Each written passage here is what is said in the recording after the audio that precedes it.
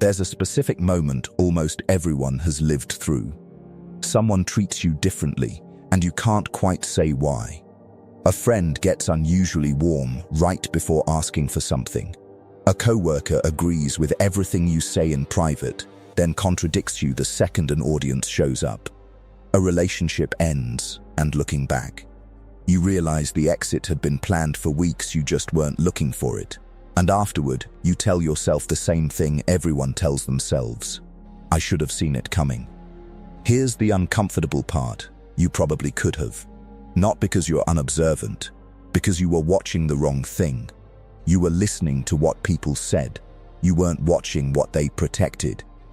You were reacting to what happened. You weren't tracking the pattern that led there. 400 years ago, a Florentine writer named Machiavelli built his entire reputation on watching that gap, the space between what people say and what their behavior actually reveals when something is at stake. History remembers him as cold, even cruel. But strip away the reputation, and what's left is something far more useful than cruelty, a method for reading people accurately before the outcome forces you to. This isn't a manual for becoming ruthless. It's not permission to distrust everyone you meet. What it actually teaches is simpler and more useful. Stop grading people on their words and start grading them on what they do when honesty gets expensive. It's worth being honest about why that reputation for coldness exists in the first place. Machiavelli wasn't writing comfortable philosophy from a safe distance. He was writing after watching rulers he'd advised lose everything, sometimes their lives, because they judged an ally's loyalty by what that ally said in a friendly room instead of what they did the moment loyalty became dangerous. The lesson underneath the reputation isn't trust no one. It's trust the evidence more than the performance, which is a very different, far less cynical idea than the one that made it into the history books. Think about the last time someone surprised you badly. Not a small disappointment, a real surprise, the kind that made you replay old conversations looking for a clue you missed. Chances are, the clue was there. It just wasn't in anything they said. It was in something they did, repeatedly, in moments so small you filed them under. That's just how they are, instead of that's telling me something. Most people go their entire lives reacting to outcomes instead of studying the structure that produced them. They get surprised by the same kind of person, in the same kind of situation, over and over, not because the world is unusually deceptive, but because they never built the habit of watching what actually predicts behavior. That habit is learnable. It doesn't require becoming suspicious of everyone around you. It requires becoming a slightly better observer of the people already in your life. Here are 10 ways to build that kind of awareness: how to move earlier, read more accurately, and stop handing your timing to other people. Number 1. The truth about someone shows up when something costs them. Anyone can seem trustworthy when trust is free. Anyone can look generous when generosity doesn't touch their own interests. The real information only appears once you introduce a cost, a disagreement, a lost advantage, a no. Picture a small design studio where 2 freelancers split client work evenly for over a year. They call each other friends. Then a large account becomes available, and only one of them can take it. The studio owner picks the one with more availability. The other freelancer says all the right things out loud, no hard feelings. You earned it. But over the following month, referrals that used to flow between them quietly stop. Group chats get shorter. When a smaller job comes up, it goes to someone else instead. Nothing dramatic happened. No argument, no accusation. Just a slow redirection of resources the moment the relationship stopped being equally beneficial.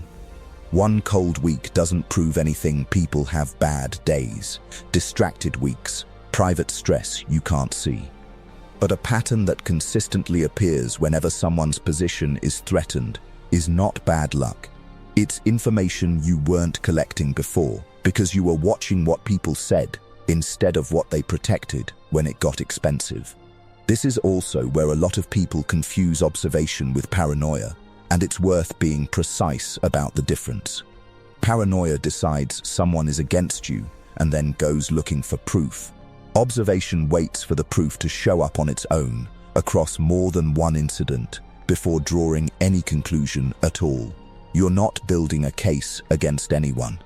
You're simply refusing to form your final opinion of someone based on how they behave when nothing is actually at stake for them, because that's the easiest version of a person to perform, and the least honest one.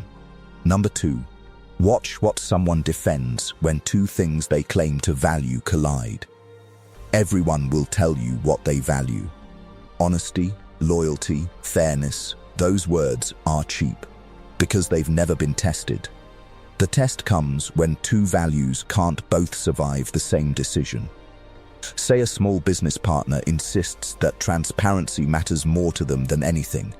Then a mistake happens, a missed deadline that costs the company a client, and it was their mistake.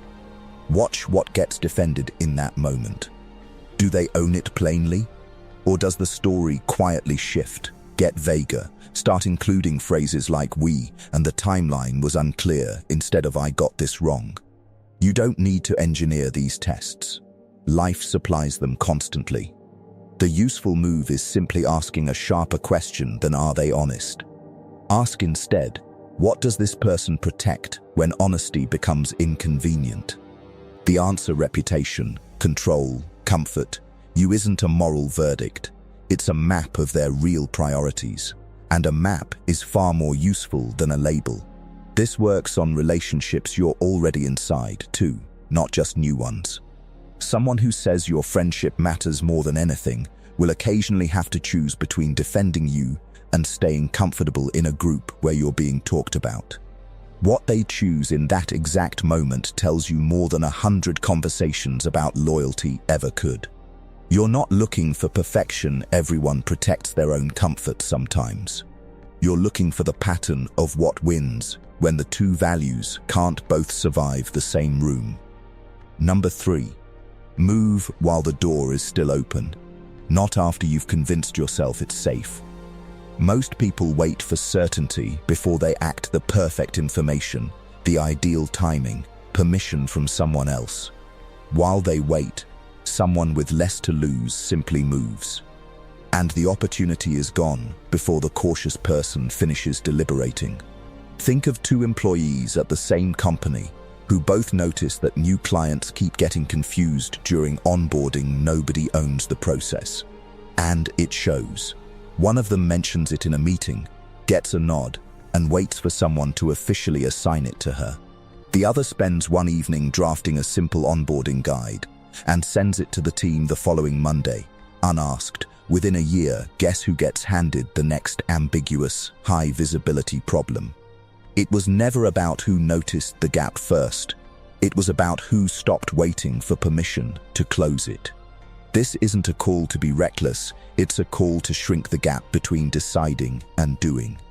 Because that gap is where doubt grows and other people catch up. Notice too, that the confident-looking people you assume have some advantage you don't usually just have a shorter gap between noticing and acting. They're not smarter about the opportunity. They're faster at trusting their own read of it. Explaining your plan before you've started it invites exactly the kind of friction that talks you out of it. A well, meaning friends doubt, a colleague's have you thought about, a moment of consensus seeking that quietly becomes permission seeking. Save the explaining for after the results exist. Results are much harder to argue with than intentions. Number 4, let people underestimate you and don't rush to correct them. There's a strange kind of power in being dismissed as harmless. When someone assumes you're not a threat, they stop watching closely. That inattention becomes room you didn't have to ask for. Consider two people walking into the same negotiation. One opens with confident numbers and clear positioning, competent, but now every word she says is scrutinized. The other listens more than he talks, asks simple, almost naive-sounding questions, and lets the room assume he's a step behind. By the end of the meeting, he's learned 3 real constraints about the other side: because nobody guards their language carefully around someone they've already written off. This isn't insecurity dressed up as strategy. It's a deliberate choice to let people believe whatever is comfortable for them, while you quietly build something they weren't watching for. The gap between what people assume about you and what you're actually capable of is usable space, but only if you don't rush to close it every time someone underestimates you. Most people can't resist closing that gap. The instant someone doubts their ability, they announce a plan, a timeline, an ambition purely to correct the record. But every detail shared before it's necessary is a detail someone else can interfere with, imitate, or quietly work to block. Staying quiet about your progress isn't about ego or secrecy for its own sake. It's simply refusing to hand anyone a head start against something you haven't finished building yet. Number 5. Listen for the thing that isn't being said. Most disagreements are lost before either person finishes their first sentence, because one side walks in ready to talk, and the other walks in ready to respond, not to listen. Here's a pattern worth noticing. You ask someone a direct question, and instead of answering it, they shift the subject not completely, just enough. That's rarely random. A colleague who answers a budget question with a joke. A partner who changes the subject the moment you ask how they're really doing. None of that is noise. It's a signal that the honest answer feels costly to give right now. People rarely state their real concern directly on the first try. They test the water, a pause, a half answer, a slight change in tone to see how it lands before deciding whether to go further. Respond too fast, and you miss the test completely, along with the honest answer that might have followed it. This is also where most people accidentally reveal their own soft spots. Notice what makes you unusually curious, unusually defensive, or unusually eager to explain yourself, because those reactions are just as much a signal to the people around you as anyone else's hesitation is to you. If a compliment makes you instantly trusting, that's a lever someone could learn to pull. If criticism makes you desperate to justify yourself, that's a lever too. You can't protect a pressure point you've never bothered to locate. Number 6. An idea someone believes they discovered is defended harder than one they were handed. The fastest way to lose support for a good idea is to insist too hard that it's yours. The instant you claim credit, people instinctively start looking for reasons to push back, not because the idea is weak, but because nobody enjoys being told what to think. Imagine a junior team member who has a genuinely good idea for reorganizing a workflow. Instead of pitching it directly in a meeting, she mentions it casually to her manager over coffee, framed as a passing thought rather than a proposal.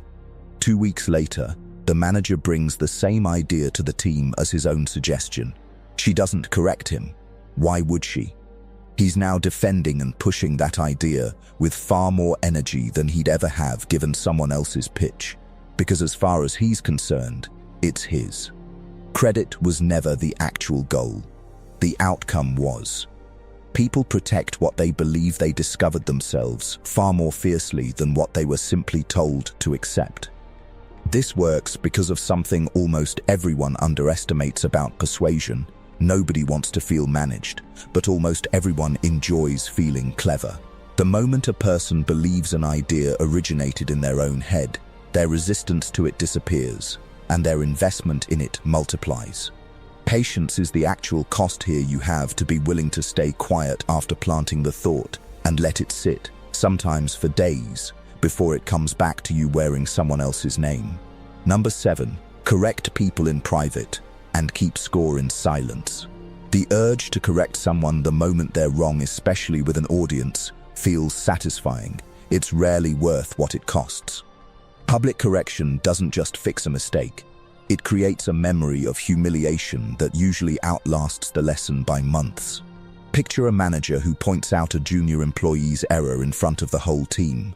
The mistake gets fixed. The trust doesn't. From that point on, the employee filters what she says around that manager, worried about the next public correction. Now picture the same manager pulling her aside privately instead. The correction lands exactly as well, but nothing else is lost in the process.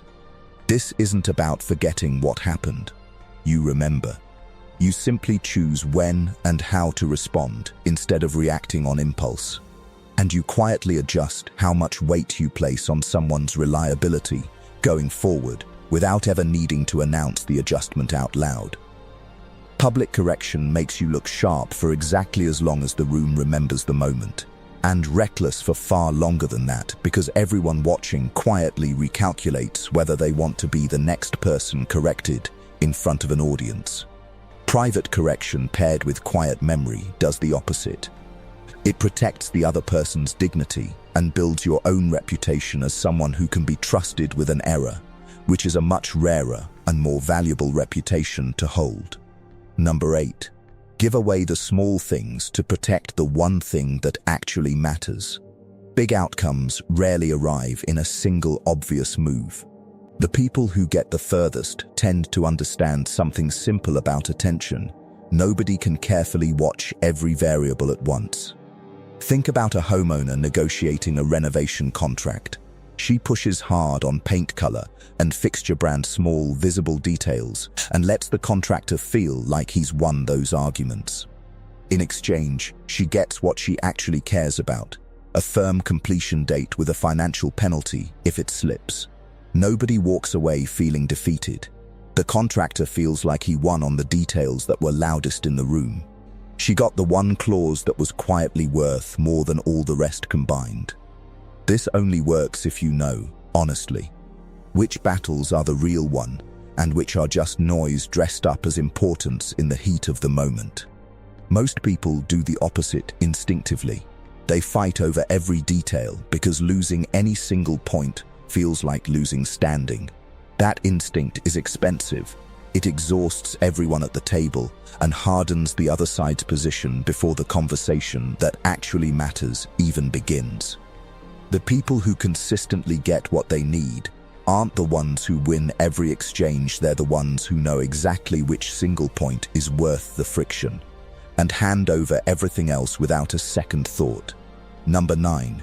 Guard your reaction, because it's the only thing you can't take back once it's shown. This doesn't mean becoming unreadable or cold.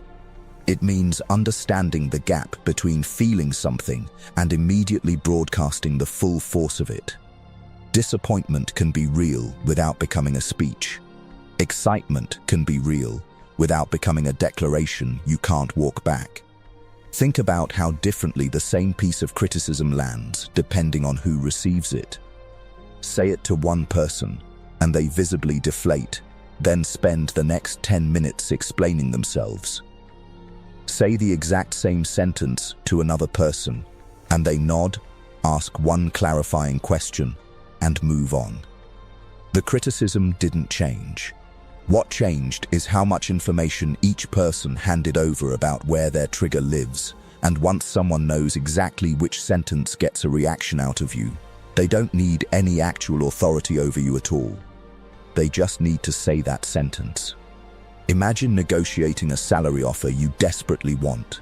The number comes across the table and your face changes before you've said a word. You've just told them everything they needed to know without opening your mouth. Or picture being challenged in front of colleagues the moment you become visibly defensive and start over-explaining. Everyone in the room learns exactly which button gets a reaction out of you. The goal isn't to feel less. It's to stop handing your feelings to people as instructions for how to move you. And there's a second half to this principle that most people skip. Silence works both directions. When you ask someone a real question and they give a clipped answer, resist the instinct to fill that gap yourself. Let it sit a few uncomfortable seconds longer than feels natural. People cannot stand an unanswered pause, and what they say to fill it is usually more honest than what came before. This isn't a trick to manipulate a confession out of anyone. It's simply a refusal to rescue a conversation from its own silence before that silence has done its work. Rushed exchanges protect guarded answers. Slower ones tend to surface what was sitting just underneath them the whole time. And the same principle that keeps other people's real answers from slipping out too fast is the one guarding your own reaction from being read before you're ready to show it. Number 10. Leave while it's still working, not after it's stopped. Everything has a lifespan, a job, a friendship, a version of yourself that used to fit. The people who are remembered well aren't the ones who never had to step back. They're the ones who chose the moment, instead of waiting for it to be chosen for them. Think about someone at a dinner who tells one genuinely great story, gets a real laugh, and then, because the moment felt good, tells two more that don't land nearly as well. By the end of the night, the mediocre stories are what people remember, not the great one. Compare that to someone who tells the one great story and then turns the conversation back to the table. That person leaves the room as the interesting one, not because they said less, but because they protected the high point instead of eroding it. The same logic applies to jobs, routines, and relationships. Holding on past the point where something is working doesn't preserve it. It slowly turns respected into familiar, then familiar into forgettable. Stepping back while something still has weight is uncomfortable, because it means walking away from a thing that still feels good. It's also the only way to make sure your absence means as much as your presence once did. Most people wait for a dramatic reason to leave anything, a blow-up, a betrayal, an unmistakable sign that it's time. That kind of clean signal rarely arrives on schedule. The exit almost always has to be chosen deliberately, before it's obvious to everyone else in the room, which is exactly what makes it feel so uncomfortable and exactly why it works. Here's the piece that ties every one of these together, and it's easy to miss. Every principle so far has been about reading other people accurately, their incentives, their timing, their reactions. But the hardest person to read clearly is usually yourself. The version of you that desperately wants approval. The version that can't tolerate being misunderstood. The version that needs to win an argument just to prove a point nobody else even remembers making. That version of you is predictable. And predictability is the one thing every principle on this list has been quietly warning you about, because the person who can guess your next move doesn't need power over you. They just need to know which button to press. So before you use any of this on someone else, use it on yourself first. Notice what makes you rush a decision. Notice what makes you over-explain. Notice what you do the instant someone gives you less attention than you expected.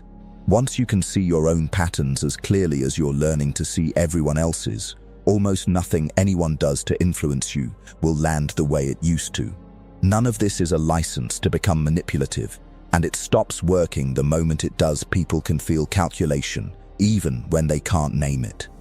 And it costs you the very trust these principles are supposed to protect. Used honestly, this isn't about being 3 steps ahead of everyone in some cold chess match way. It's about no longer operating from anxiety, urgency, or the need to prove something to people who were never really watching that closely to begin with. You don't need to dominate every room you walk into. You don't need to outmaneuver everyone in it. You need to be the person who notices the pattern, the incentive, the pressure, and your own trigger, and then decides, instead of reacting. That's the actual difference between the people who keep getting caught off guard and the people who rarely do. Not intelligence, not charisma, just the willingness to watch a little closer than everyone else in the room, including watching yourself. And there's something worth sitting with here that has nothing to do with strategy at all. Most of the pain people carry from being blindsided isn't really about what happened. It's about the story they tell themselves afterward, that they were foolish, that they should have known, that they're bad at reading people in some permanent, defining way. None of that is true. You weren't foolish. You just hadn't built the habit yet. Habits get built through repetition, not through one video and a wave of motivation that fades by Thursday. So pick one of these 10 and use it once this week. Not all 10, just one. Maybe it's staying quiet 3 extra seconds after someone gives you a short answer. Maybe it's letting a doubt about your ability go uncorrected for once. Maybe it's noticing, honestly, where you're staying somewhere past the point it's still working. Notice what changes. Then do it again next week with a different one. If any part of this changed how you'll walk into your next conversation, say so in the comments and pass it to the person in your life who always seems to be the last one to see it coming. Because here's the actual promise underneath all 10 of these. Once you strip away the strategy language, you stop outsourcing your peace of mind to how well you can predict other people. And you start building it on how well you understand yourself. Incentives will still surprise you sometimes. People will still occasionally choose comfort over honesty or silence over the truth. That's not something any list of principles removes from the world. What changes is how long it takes you to notice and how much of your own steadiness you hand over while you're figuring it out. You already see the room differently than you did 10 minutes ago. Don't go back to sleep on it.